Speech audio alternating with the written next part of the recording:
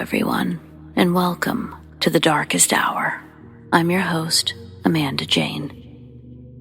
Has there ever been a time where you thought you knew the whole story? Or a time where maybe you thought you had all your ducks in a row? You make all these plans, but then everything blows up in your face because you actually only saw a tiny square of the whole picture, and it wasn't even the center, just this dusty corner. When we think we've got it all figured out, usually unexpected changes are simply minor inconveniences. But there are those times where these surprises present real challenges, and these challenges aren't your average ones. They're the ones that seem otherworldly, so much so that even seeing the whole picture doesn't explain what you're experiencing. Sure, maybe you can see the whole thing, but what is it? Some situations leave us with more questions than answers, and even though everything can't be explained, I'm sure glad people try. So, let's get started, shall we?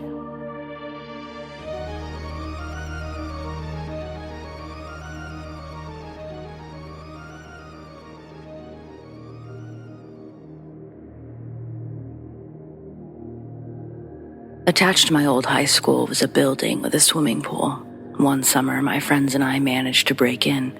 By break in, I should clarify that during the summer, it was open to the public, and we'd originally been there as guests. But we had the very bright idea that if we hid in the building during closing, we would eventually be left with the pool to ourselves. So that's what we did. We'd swam in the pool a million times, but for some reason, we imagined ourselves having a sort of party in there this time. We ran into a slight problem almost immediately, which was that closing this building down took a lot longer than any of us expected. And we'd spent a good amount of the night just hiding and dodging the janitorial staff. However, the lights eventually all turned off, and finally, we heard the main doors shut and lock. We all creeped out of our hiding places and met outside the pool room. This was a pretty old building in a relatively suburban small town. No cameras or anything like that to worry about, but we also realized we'd be swimming in basically total darkness. We tried for a while to switch the lights on, but we realized they all required a key. They weren't really switches at all. So just when we'd accepted our fate of swimming in total darkness, we realized the pool lights were on. It was pretty much dark everywhere except the pool, and for a while it was fun as hell. One friend, though, Devin, he always has to, do more, if you know what I mean. If we were skating, he had to try the craziest tricks or skate the places we weren't supposed to. He was a big fan of stealing his parents' car during the night just because, and he always had to get high. Mind you, we were 14 at this time. So Devin decided that he's going to smoke a joint, but not just smoke a joint. He wants to pull the pool cover over us and hotbox the thing. Basically, I object immediately. One, because the thing is super heavy and we just spent 10 minutes getting it off. But two, because I don't want to hotbox anything. Enough people agree, and so Devin and a couple others decide to hotbox the sauna instead. It's in the same structure as the pool, and the door faces the deep end. While they go do that, the rest of us decide to do backflips off the diving board, showing off, just bullshitting around. I get kind of tired at some point and just let myself sort of wade in the water, watching my friends continue to do their thing. Then I decide I'll go sit in the hot tub for a while. Swimming in the direction of the ladder, I feel someone grab my leg and pull me back in the direction I just came from. I wasn't expecting it at all, and I found myself inhaling a bit of water. It hadn't just pulled me, though. Something was keeping me underwater. I struggle long enough to start panicking, and when I finally emerge from the water, I'm gasping for air. Naturally, I'm sort of pissed, and I know that I'm about to get someone back really good. But as I look around me, directly around me, I see there's no one around me. Everyone's still either on the other side of the pool, waiting to do flips from the outside, while the rest are still in the sauna. Then splashing could be heard behind me. but I already knew that no one was there. Instead of even looking, I swim as fast as I can to the other side of the pool. When I raced out of the pool, everyone's asking me what the hell's wrong. I didn't say a word, but they wouldn't stop staring, so I just told them flat out, "We gotta get out of this pool." That's when our friend James flew out of the sauna. Devin and the rest followed quickly behind him. They all looked thoroughly freaked. James, addressing everyone, says the same thing I'd said only moments before. "We gotta get out of this place." For some reason, this time everyone listens, and without any more words, we all grab our stuff and book it towards the back door. As we make our way out of the building anything but gracefully, Devin is hollering about the sauna having a mind of its own, and he's yelling, asking why none of us opened the door for them. Apparently, they'd been banging on the door of the sauna. The rest of us swear we didn't hear anything. My friend Andrew starts telling Devin to calm down, that they probably just got too high in there or something. The rest of the guys from the pool agreed, laughing that the guys got themselves paranoid, but I don't know. I believed them. We finally came to a stop when we'd made it a certain distance away from the pool. James and Devin were dead serious about what they'd seen. They said they hadn't been putting water on the stones, yet the stones kept reacting like someone was splashing water on them, filling the sauna with more and more steam. When it got to be too much, they put the joint out and attempted to open the door, but they couldn't get out. Somehow, the door was locked from the outside or something. I do know that none of us guys outside heard that at all. They recounted the story over and over while the other guys laughed, and I kept thinking about what I had experienced. I really wanted to say something, but the way everyone was reacting to their story, I don't know, I just couldn't do it.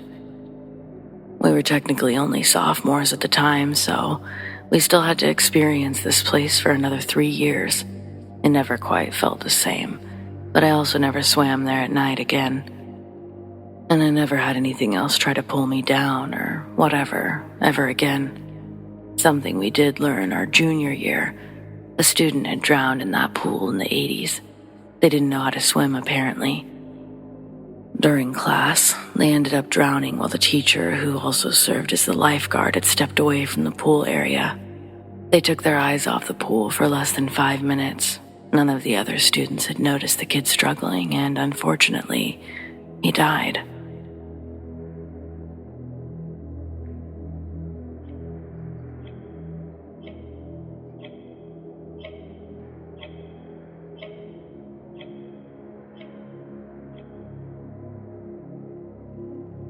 Most people never heard about the 100-year flood in Baton Rouge, even though it occurred in August 2016. Some folks on the internet started calling it the 1,000-year flood or 500-year flood, but there was also a big flood in 27. So I think they just wanted to use bigger numbers. Regardless of what you want to call it, a lot of people lost everything, including me. The slow-moving system dumped over 20 inches of rain on us in about a 3-day period, and nobody was prepared for it. We didn't even understand what was happening until it was too late. At the time, I was living with my sick grandmother who was confined to her bed. The doctors didn't expect her to last through the end of the year, so I moved in to help take care of her. We didn't exactly live in a good area either. It rains a lot in Louisiana, and it wasn't exactly uncommon for our streets to flood, so we literally sat there watching the water rise higher and higher until we were trapped. When I first told Grandma the roads were impassable, she just rolled her eyes and made a joke about not being able to order a pizza. When I said the yard was going under, she thought it was strange but not concerning. She'd lived in that house her entire life and had never seen it get that bad, but we didn't think that we were in actual danger. With the exception of what happened to New Orleans during Hurricane Katrina, we just don't get floods like that around here. We didn't get worried until the water was just under the front door. It probably should have happened a lot sooner, but even then, we were only afraid of the floors being ruined. We still weren't thinking in terms of the whole house. we weren't in fear for our lives. I was rushing around picking up the rugs and moving things to higher shelves when my dad called. He was at a job site 4 hours north, but wanted me to take Grandma to his brother's house, which was only 2 hours away. I told him the only way we were getting out of the driveway was on a boat, and he sounded really scared. He said if the levee broke, the house would go underwater, and we needed to find a way onto the roof. How the hell are we supposed to do that? I demanded. And I'll never forget the weight of the silence that followed. He didn't know either. I started looking around to see which neighbors were still home. Most of them were gone, but Mr. Peterson from across the street was standing on his screened porch. The water was just washing over his ankles. Our entire street looked like a newly formed river. When he saw me, he looked alarmed and ran inside. A few seconds later, our phone rang. He couldn't believe we were still there and asked what we planned to do when the house went under. Die. That was my plan. We were going to die. I've never been that frightened before or since. I said as much and asked what he planned to do. He didn't have any family and couldn't afford to leave anyway, so he was playing it by ear. When I saw him on the porch, he was trying to decide if it was time to get on his roof yet, because he owned a ladder. Our side of the street was a few feet higher, so he proposed that we all get on top of our roof. Water was slowly seeping beneath the door by that point, so we had to move quickly. Mr. Peterson carried his ladder across the street. At the lowest point, it came just a few inches under his waist, and he yelled when something, probably just a fish, swam through his legs. I had a small cooler packed with drinks and snacks, but the real question was how to get Grandma up the ladder. If we hadn't all been in survival mode, I don't think that we could have done it.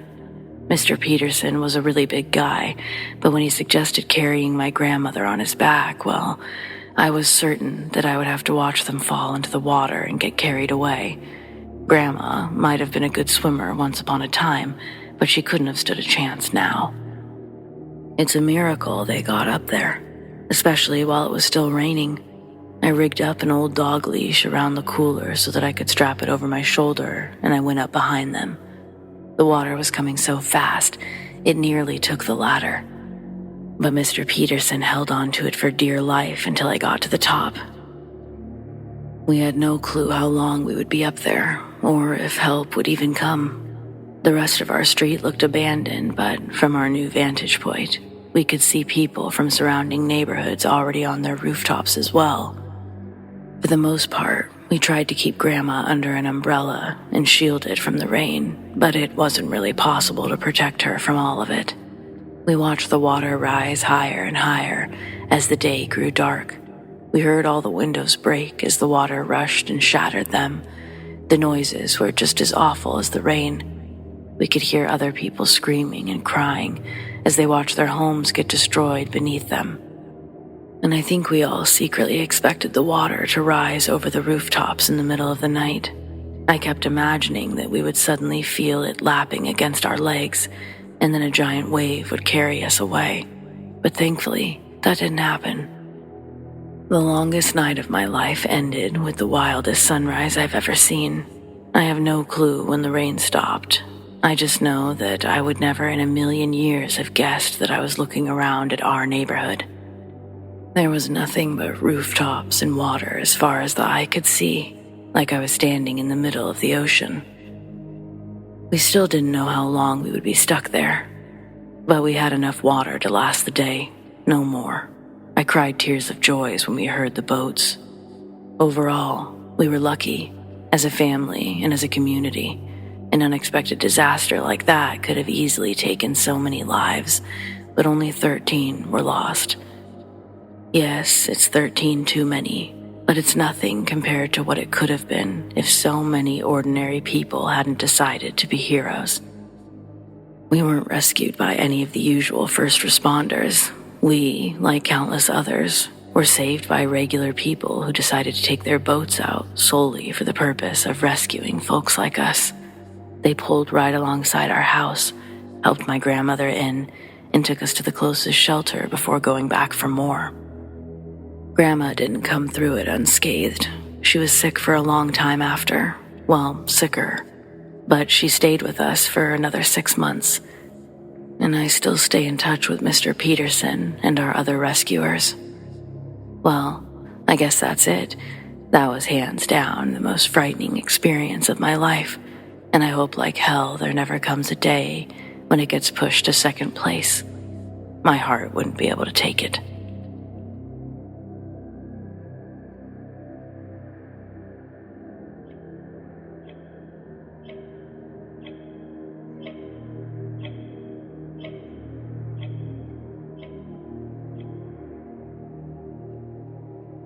When my dad was a kid, he saw a lady die on the Matterhorn bobsled ride at Disneyland. He was in one of those sky gondolas as one of the bobsleds was going over a big hill. He saw the lady's seatbelt give way, cutting her loose. Then he saw her sort of bounce out of the coaster, go over the rails, and onto another set of rails below. Still in clear sight, another bobsled comes down the rails that the woman landed on. When they come into contact, she's run over by the bobsled, and it gets stuck on top of her with a sickening crunch of gears and bones, one that could be heard before total chaos broke loose. The people on the bobsled start screaming at the top of their lungs, the front row wiping blood from their eyes and face. My dad watched the whole thing unfold before my grandparents realized what was happening and had the sense to cover his eyes. Apparently, seeing all of that really messed him up. I truly thought it was our family's income that made us a Six Flags family instead of Disney. We technically lived closer to Disney, but Dad always was so against it. Then he would clam up and get grumpy if we'd ask why he felt that way. One summer, I even offered to sell lemonade to help pay for the family's trip. He got really mad about that, but now I think I understand.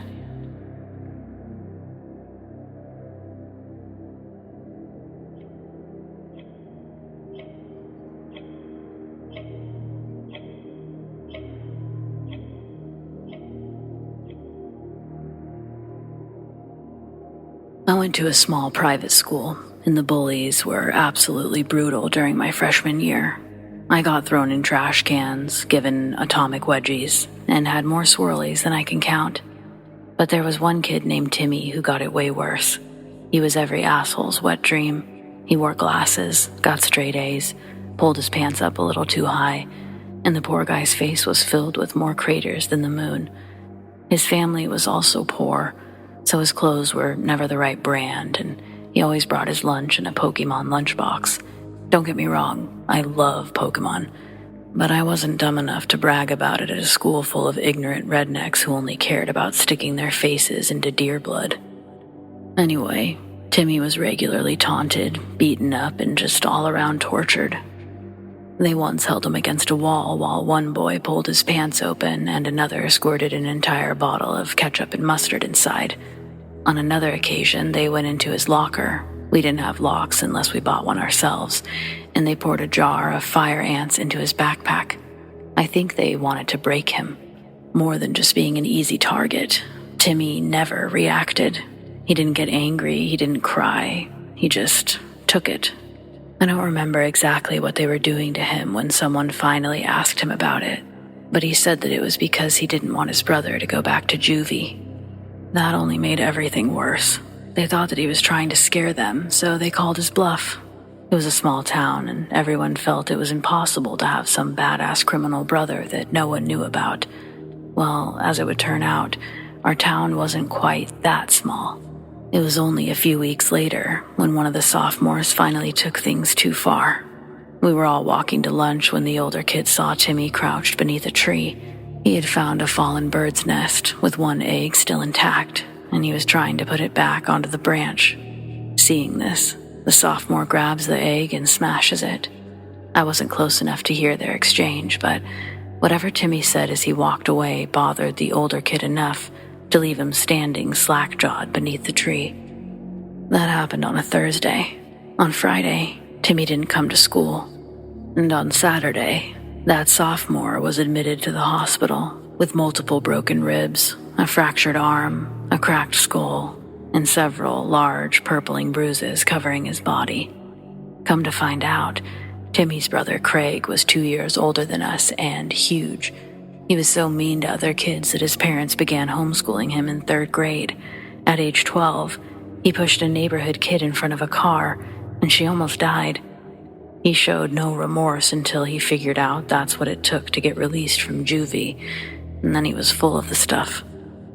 He got out the summer before our freshman year, and though he treated the rest of the world like shit, he had a soft spot for his little brother. When Timmy told him, well, whatever he told him, Craig was furious. Friday evening, he drove Timmy to the school as it was letting out, so he could point out the sophomore. Then they followed the kid home. Saturday, Craig returned to his house and waited for the kid to go walking down the street. He was on his way to a friend's house, but he never made it. Once he was out of view of his own home, Craig pulled up beside him and asked for a lighter. Then he offered him a ride as a thanks. Obviously, the decision to say yes was a mistake that guy will never forgive himself for. But if you didn't know Craig, he looked like any other normal teenager, just really big. Once the kid was in the car, Craig asked if he was in a hurry, because if he wasn't, he could show off the new engine he just put in his Mustang. Of course, that sounded great to a teenage boy, so they drove out of the neighborhood and got onto the highway, where they could really punch the gas. That's when Craig properly introduced himself as Timmy's brother. I imagine the sophomore's fear was instant. They then drove to an old park, where there were batting cages and tennis courts. A new one had just been built a few miles away, so everyone was going there instead. Parking next to the batting cages, Craig removed a bat and a bag of balls from his trunk. Apparently, he was so much bigger that he felt a regular fight would be too easy, and he wanted to have some fun, so he gave the kid a choice. They could have a regular fight. Craig could beat him black and blue and call an ambulance after, or he could stand at the end of the batting cage and play dodgeball. It was one of those choices that wasn't really a choice. Plus, the kid thought that most of the balls would miss. He was wrong about that part. More than half were solid hits. But it was a gamble either way. Who knows how much damage Craig's fists could have done, or if he would have been able to stop himself as easily as just running out of balls. But the kid also left there with a cracked skull because of a hit to the head. What if 2 balls had hit him, or 3? He's lucky to be alive. For all those months, Timmy endured things that would make most adults crack in order to keep his brother out of trouble. But that bird's egg was his final straw. Maybe he had a soft spot for animals. Maybe that particular kid had just pushed him too far, too many times. The previous week, he held Timmy down and poured hot sauce into his mouth until he couldn't breathe. I guess it doesn't really matter. The point is, nobody messed with him again after this. At least not at our school. That summer, his family moved out of state, and I haven't heard a thing about him since.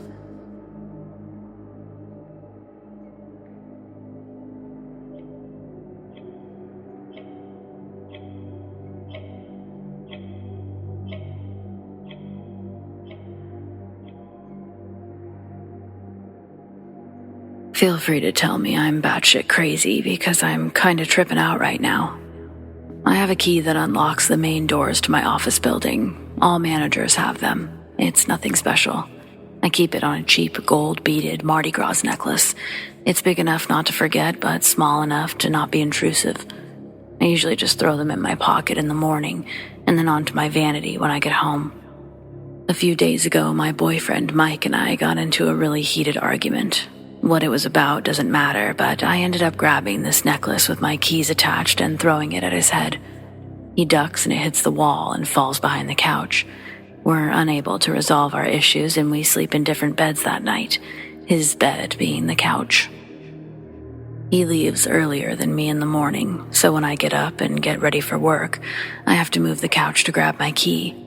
I pull the couch out just enough to reach my shoulder in between the wall and the back of it. Now, when I pull up my necklace, I think at first I've grabbed the wrong thing because the beads are silver. I'm about to set it down and go fishing again, but then I see my work key on the necklace.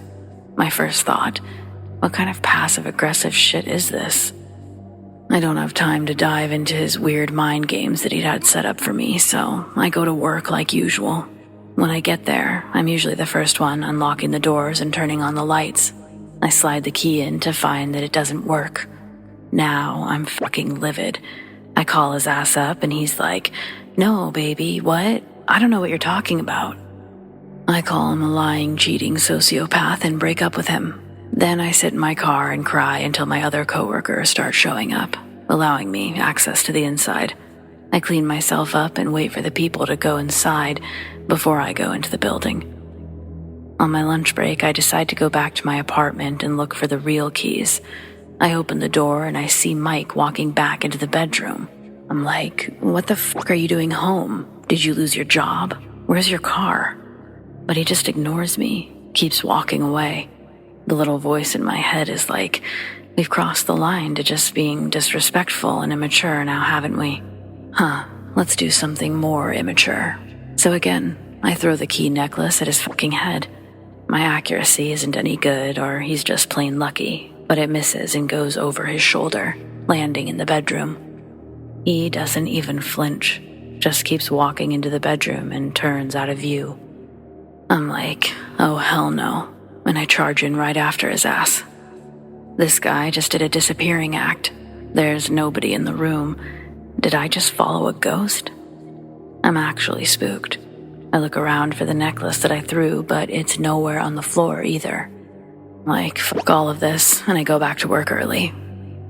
End of the day comes around, and I dread having to go back to my place. Mike's not answering his phone, and I don't see his car in the parking lot when I get there. Walking in, the apartment is just how I left it. The bedroom lights are still on, and I go back there to look for my keys again. This time I got on my hands and knees to search. I reach under the bed and my fingers touch the beads of the necklace. But when I pull it out, it's the fucking gold one. Key still attached. From what I can tell, it's my real work key. Instead of relaxing, I drive back to work, and sure enough, it's the real deal. So I think to myself, is Mike fucking with me? How did he do this? Guy can't plan a date, but sets up this bullshit? It's been 3 days. Obviously, we're back together, and after grilling him for several hours and confirming with his boss, he for sure was not at the apartment when I threw this second set of keys, which I still haven't found, by the way, the ones with the silver chain. I just keep going back and forth, but it's like seeing it all written out. This is exactly how everything happened, so let's pretend he's a vindictive prick, and this was his stupid, devious plan. How could he even pull it off? And if he didn't, which I'm like 99% sure he didn't, what the hell happened? Is there like a black hole or some shit that I can't understand happening in this apartment? I mean, help. It's like I'm losing my mind.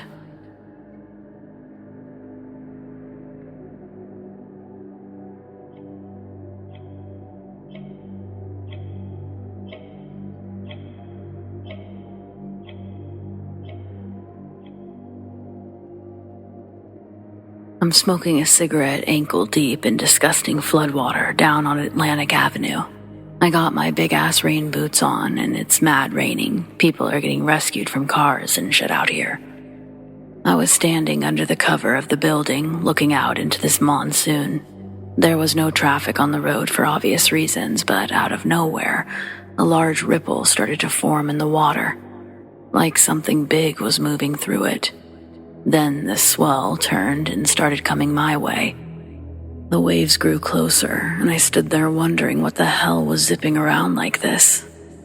Then, all I saw was a huge crocodile parting the wake. The son of a bitch was coming right for me. I should have kicked it in its lizard teeth for the way that it made me put my smoke out and run back inside. It was prehistoric how large this animal was. Snap a grown man up in one bite kind of shit. Never seen anything like it in my life. From the window, I watched it turn away and push itself back into the street river. Has anyone else ever seen this monster croc floating down Atlantic Avenue in Brooklyn? Jesus Christ, I'm literally shaking in my boots. Be safe out there, New York.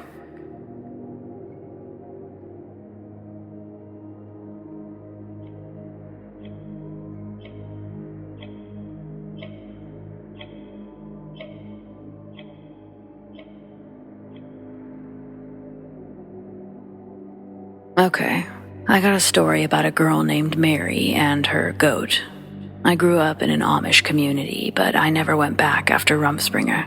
I warn you all now, I'm more than happy to answer questions about Mary and her lamb, but I had a hard childhood, so if people start flooding the comment section with stupid questions about life in the 1800s, this post is getting deleted. So, Mary was my age, and we were friendly but not particularly close. In fact, that's how Mary was with everyone. The only living creature she shared a connection with was that damn goat. I think it was possessed by something, but you can decide for yourselves. When we were 11, Mary's goat was born and rejected by its mother. It's rare, but it happens.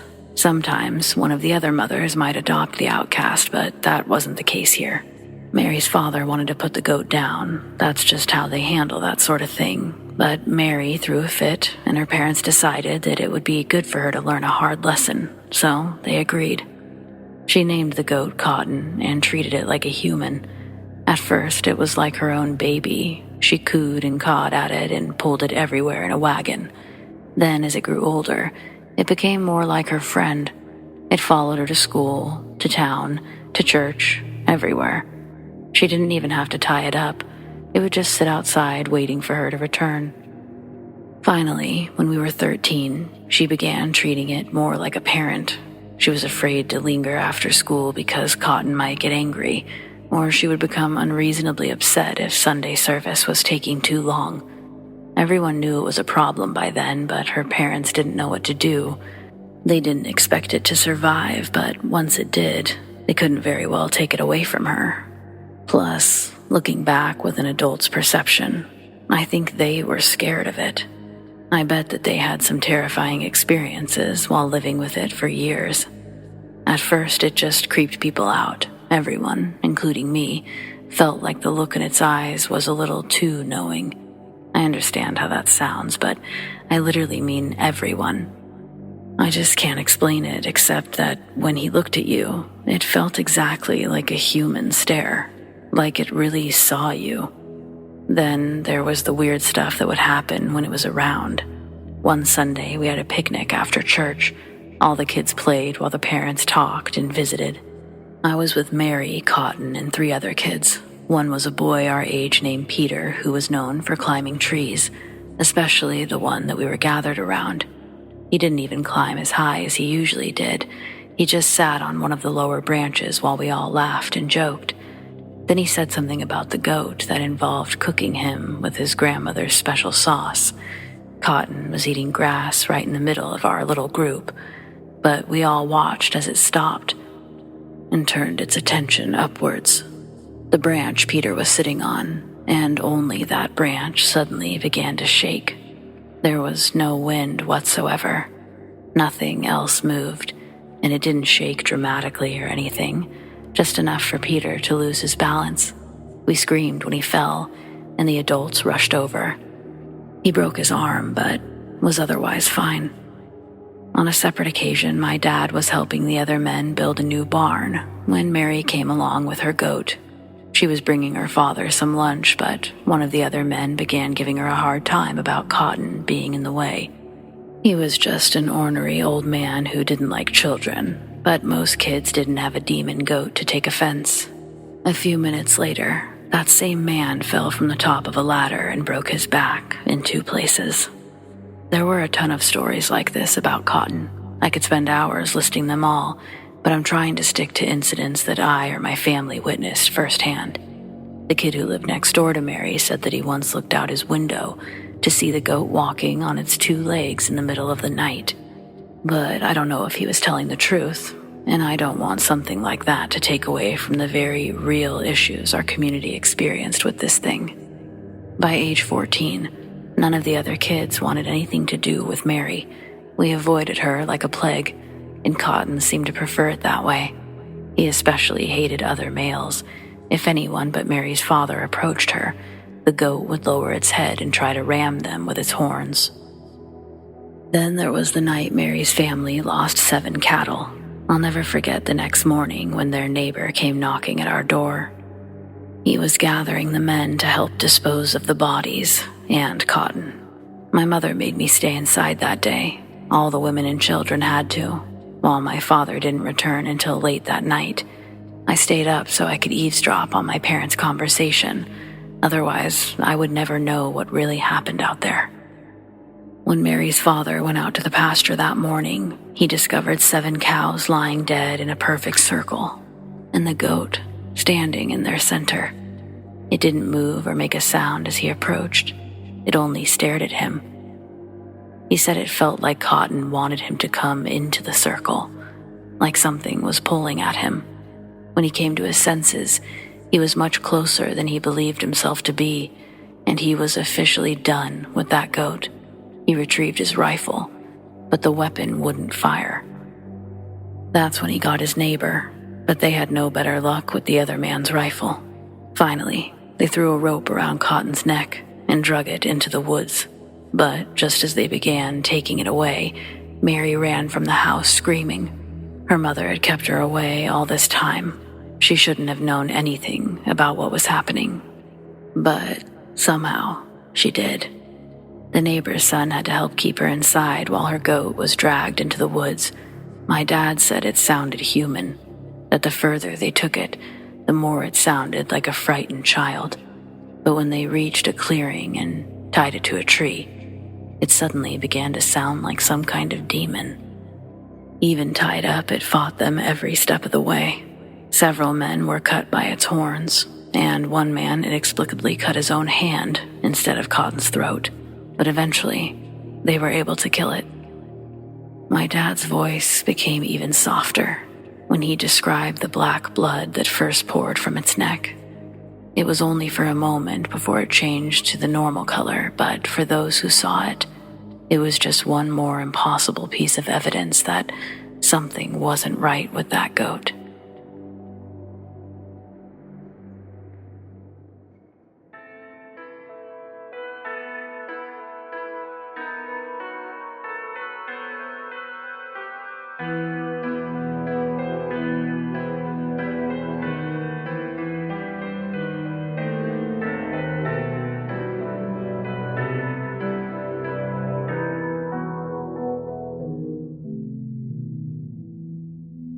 Well, friends, it appears we've reached the end of tonight's episode. Thanks for joining me. Whether it's your first time or you're a regular, your support means the world over here. We've got a brand new episode every Friday night. Keep those eyes open long enough to find those deep sleep videos, and of course, double features. Subscribe, tap the bell, and you'll never miss a thing. Also, don't forget to check out Halloween Horror Hour, a variety show featuring 12 Pacific Northwest-made horror shorts, local music, the history of Halloween, and more. Just think Elvira meets Pee-wee's Playhouse. A Frankenstein's monster of a variety show. It's almost alive. Oh, and did I mention you'll catch the Darkest Hour on there too? Oh yeah, so subscribe to Halloween Horror Hour now and be the first to witness the spooky, starting October 6th. Big thanks to those who shared their stories, and a huge shout out to all of my patrons whom we appreciate so very much. Tracy S, Tamara K, Monica L, ZoeWatt, Chelle B, Donald C, The Dark Cosmos, Marion T, Rat Girl, Alisha S, Erin G, Nikki H, Mr. Revenant, Naz K, Brendon G, Paul T, Nicholas C, Lissane, Arlene F, and Adrienne. If you want to support The Darkest Hour in other ways, consider joining my Patreon. Check out patreon.com/thedarkesthour, or click the link in the description to learn more. Do you have stories like these? I'd love to share them. Send them to me, amandadarkesthour@gmail.com, or on the Darkest Hour subreddit, The Darkest Hour YT. Stay spooky.